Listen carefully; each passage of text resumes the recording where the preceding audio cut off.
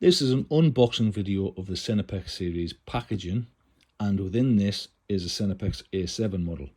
So the actual product packaging, you can see it's a branded box, Senopex logo, magnetic closure, and you've got a slogan here and some text there welcoming you to being a member of the Senopex family from owning the device.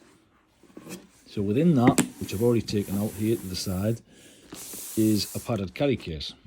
Within this case you have multiple different things: a warranty card, quick start guide. There is a full manual available on Blackwood Outdoors website. If you have a look on via a link, there is a diary, leather-bound diary, which shows you so you can enter your data in from if you've been shooting, dates, times, numbers, whatever you've shot. Dual 18650 batteries there, branded with the Senopex logo. The associated dock to charge them.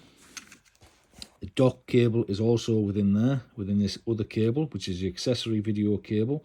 That allows you to download video from the device to your computer, allows you to update firmware if there was anything available, and allows you to do video sharing with the device.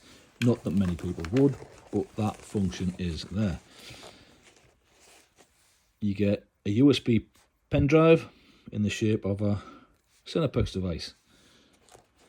You also get Allen key, mounting bolts, lens cap, lens cloth within there, that packaging.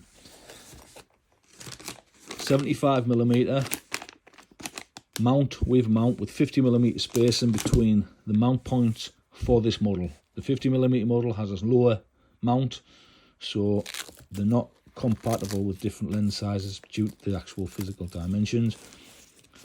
Unit itself is aluminium, weatherproof, military grade, solid device. At the side you've got your connector port for the associated lead, which you just mentioned. The front you've got a spring-loaded lens cap that can get rotated or removed if you need to. Front focus adjustment is nice and smooth. On my own model I've got a fishing coaster on there just to allow fine-tuning when you're focusing. Rear diopter adjustment, rubber recoil eye cup. Side power button, single press for 2 seconds, keep it held in should I say, boots the device up. Once the device is powered on, a single press will enter standby, another single press will boot it back up if you didn't want anything alerted by light getting emitted from the back of the unit. Rear, you've got your 18650 battery connector section where your 2 batteries go in, positive and negative side, spring loaded there, so when you put them in, remember that the opposite ends, keep your finger there, thumb there, and then just screw that unit, that screw back in there to firmly make sure the lid is secured. On the top, all your main functions are here. Bear in mind your power button is on that side, so it's out the way. You can't accidentally knock it off when you're using it or put in standby or access and menu. It's there, it's out the way, which is how it should be. Top, this will cycle through your menu, your mode functions: white hot, black hot, assassin, detail, highlight, boost, different ones, and you can isolate them if you don't use them. I only use white hot, black hot and equator mainly, so I don't want them cycling through the rest of the modes, so I just isolate them in the menu and I can just choose what I want. Each mode you can select brightness, contrast and target brightness individually for each mode, and sharpness, so it's quite controllable what you can do with it. Left activates recording, right takes a photo, front increases magnification, cycles through the modes on the main mag. If you use picture in picture, it will cycle through the picture in picture mag. So that is the main controls. The menu function, single press of the S button, will enter all your control into the control screen for your menu functions, and you can alter things like tilt. There's multiple different settings in there you can adjust. The tilt indicator is mainly if you're shooting at longer range. You've got a small angle indicator within the view. Put a bubble level on your gun, zero that, and it just accounts for that if you're going to shoot really long range.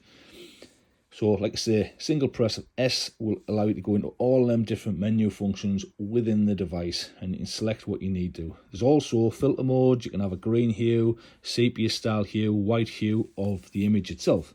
A long press of the S button activates your zeroing function. So once you took a shot at for example, I shoot a box 50 yards and then I'll take another shot and I'll see where the second shot went from the first shot. I'll then freeze on the first shot and move my reticle across because it's got the freeze function. Within that long press freeze function, you've got multiple profile options, you've got multiple reticle options, and you've got reticle brightness, etc. The two main reticles which I would use are the mil dot, and there's one that's similar to an Armasight Drone Pro as well. All of them you can change from red hot, white hot, green hot as well. The mil dot reticle option is a true mil dot, and it allows you to hold over, if required, longer distances, and it's fully scaled within your main magnification and your picture-in-picture, which is really good function because some models do not have that ability. They don't have a true mil dot, and they don't have a scaled true mil dot. So I like that for my style of hunting. I think it's really good to have that in there. Batteries run for around 6 to 10 hours, depending on weather, conditions, and usage, what you're doing with the device. Like I say, 75mm lens, 384 sensor, 12 micron. It's got a 3,600 meter detection range. Gives you, on a good average thermal night, you get really good detail at long range. I mean, I use black hot and equator mode, and you can see stunning detail at longer ranges. That 7 times base mag is ideal for foxing. But I just wanted to give people a quick overview of this scope and what it's like on screen.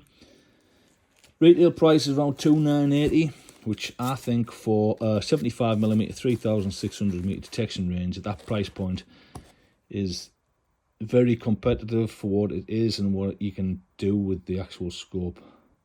Long range foxes, it's an ideal sort of spec for that use.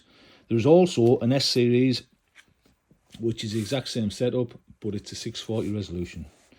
Slightly more sensitive sensor, a larger sensor, and you've also got a wider field of view and equal detection range if you were going to go for the 75mm variant. So AS, same detection range. S model, you get more detail up close, and you get similar detection range but wider field of view. S10, going up there again, you've got an even longer focal length lens that gives you 5,280 meter detection range with a 640 resolution. So that's equivalent to 5.5 base mag, which is incredible really, because some scopes only offer 1,800 meter or less, and to have a scope that's 3 times that for detail is nice, especially within our sort of market. The UK market wants long range. You're shooting small targets at longer ranges, so this is where these scopes come into their own. So that's the actual packaging you get with a Senopex model, and that is an A7 model. So like I say, competitively priced for what they are. Brilliant foxing scope, and yeah, that is the Senopex model. If anyone's interested, have a look on the website, Blackwood Outdoors. I'll make sure the manual is easily accessible on there. If any information is required, drop an email or drop a message to myself, and I'll get back to you as soon as I can with details.